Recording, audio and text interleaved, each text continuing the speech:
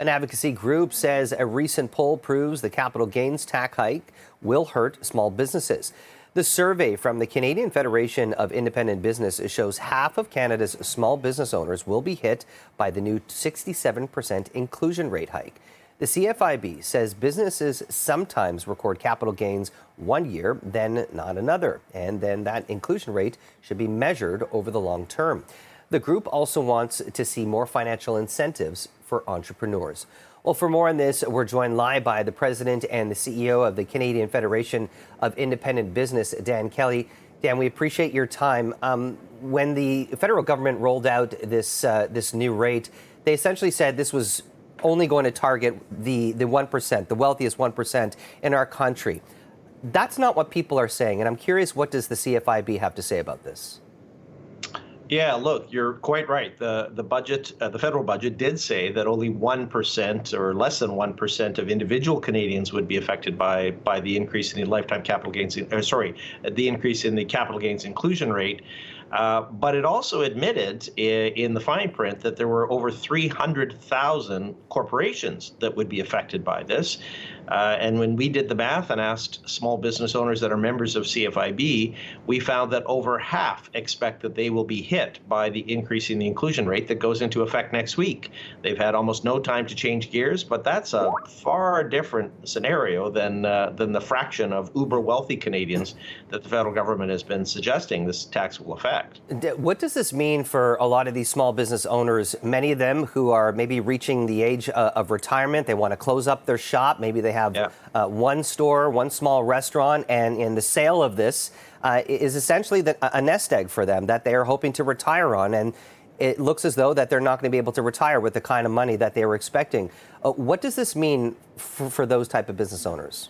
You're absolutely right. That is one of the scenarios that is most concerning, is that the capital gains hike will, at the very 11th hour here, now affect business owners that are looking to depend on the value of their business to pay for their retirement. I'll add that there are some positives in this package of changes. The federal government did announce an increase in the lifetime capital gains exemption. It also created something called the Canadian Entrepreneurs Incentive, which in future years may provide some help. But many businesses don't sell the shares of their business. They actually sell the assets. If the restaurant or the retail shop might sell its location or some of the assets or manufacture its pieces of equipment, that will not benefit from some of the policies that the government has put in place. And in fact, they will now be hit by the full impact of the increase in the inclusion rate from 50 to 67%. Not only that, but many business owners carry some assets within their corporation, and that is entirely affected by the increase in the inclusion rate. Corporations don't get access to that first $250,000 threshold at the existing level. They're going to be hit on $1 of any capital gain their company might have. So those are two big chunks of hikes for small business owners, and it will affect a large number. Well, Dan, you know, the finance minister and the prime minister have been creating a very rosy picture about the state of our economy. They're saying that this particular policy is, as we talked about, was only going to target the wealthiest. Do you feel that this is a government that is really believes this, or are they just morbidly out of touch with how Canadians are really feeling about this, that is going to have a drastic and severe impact on their ability to retire and live out their elderly years? Look, I think it was pretty obvious right after the budget that the government put this forward more as a political measure than an economic measure or tax fairness measure. The government was trying to create a trap for the Conservatives. It is good news that the Conservatives didn't shy away from jumping in. They have opposed this measure, the increase in the inclusion rate.